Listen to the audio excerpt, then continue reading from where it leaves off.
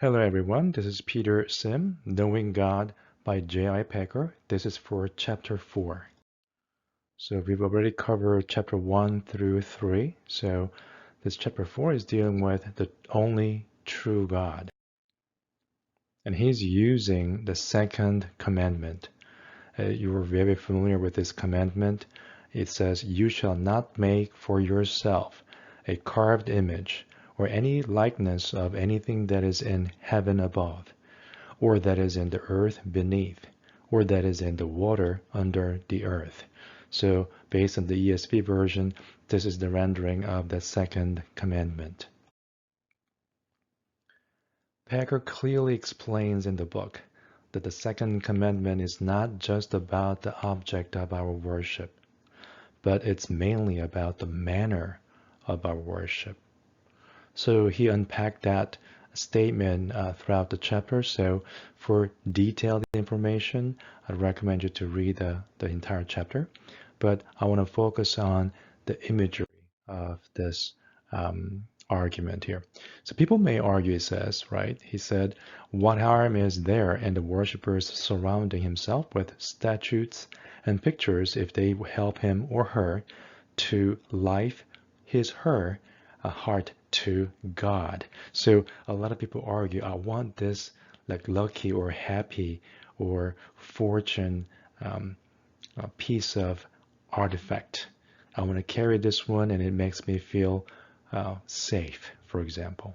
This is my lucky symbol, for example. Some people put the picture on the wall and worship almost with that. And also, and the most common thing that people carry with their body is the cross. So what's wrong with the cross, right? So J.I. Packer explains really well in terms of what to do, what not to do in that sense.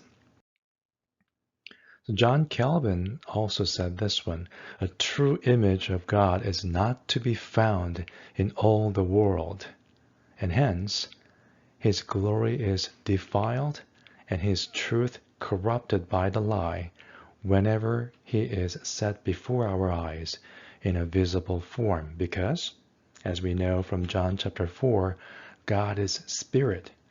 That's right out of Jesus' words. So we know he does not have a body like us, right? So, and he also says, J.I. Packer says that it extends to mental image also.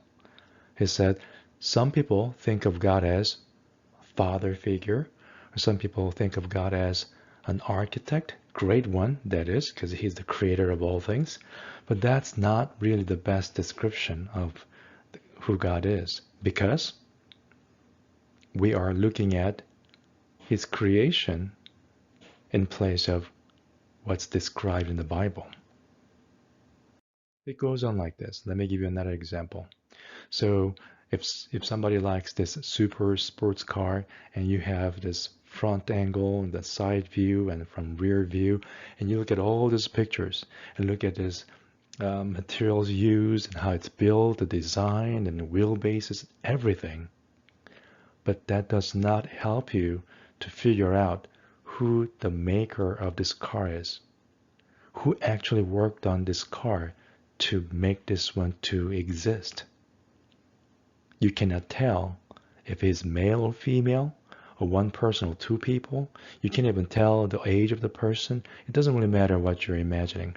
By looking at the creation, you cannot tell who the creator is. These are one of those common mistakes that we make in terms of understanding God. We look at the sun sometimes, the nature. Yeah, they manifest the existence of God, but you cannot tell who God is based on the nature. So basically, J.I. Packer concluded with these two statements.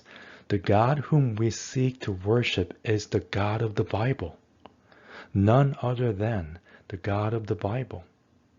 And the second bullet point says, we must worship him in truth instead of our ideas and imaginative principles. Oh, God is love. Out of context, we can make our own principles. We can just form our own ideas about love. Well, what does the Bible say about true love, God's love, the description of God in the Bible? So that was the main point from this chapter. If you have any questions, you can post under this video and let me know if you have any other subject matter you want to cover through this short video series. The next week I'll upload chapter 5. Thank you.